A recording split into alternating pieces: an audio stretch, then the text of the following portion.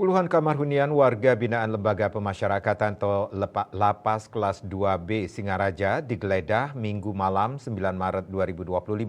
Sidak melibatkan petugas gabungan Lapas Singaraja beserta Badan Narkotika Nasional Kabupaten BNNK Buleleng.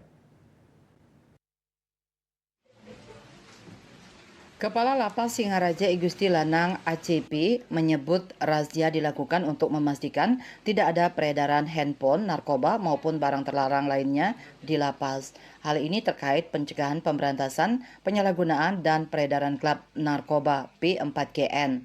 Penggeledahan juga menjadi bagian dari deteksi dini terhadap gangguan keamanan dan ketertiban Kamtib, sehingga perlu dipastikan tidak ada barang terlarang yang dapat menyebabkan gangguan Kamtib di lapas. Telah didapati senjata tajam, sendok-sendok, gunting, ini ada power bank yang sudah lama berada di dalamnya.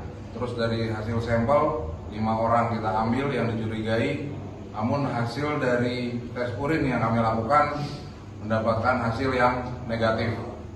Jadi dari hasil penggeledahan tidak ditemukan narkoba. Petugas hanya mengamankan barang yang berpotensi disalahgunakan dan dapat menyebabkan gangguan Kamtib. Tidak ditemukan barang terlarang narkoba dan dari hasil tes urin secara acak diperoleh hasil 5 orang negatif.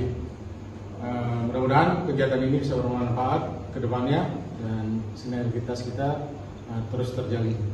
Situasi Lapas Singaraja setelah selesai penggeledahan dalam keadaan aman. Terima kasih. Dari 5 warga binaan mengikuti tes urin, seluruhnya menunjukkan hasil negatif. Hal ini dilakukan untuk memastikan tidak ada warga binaan yang mengkonsumsi narkoba maupun obatan terlarang. Yastri Yuli, Bali TV.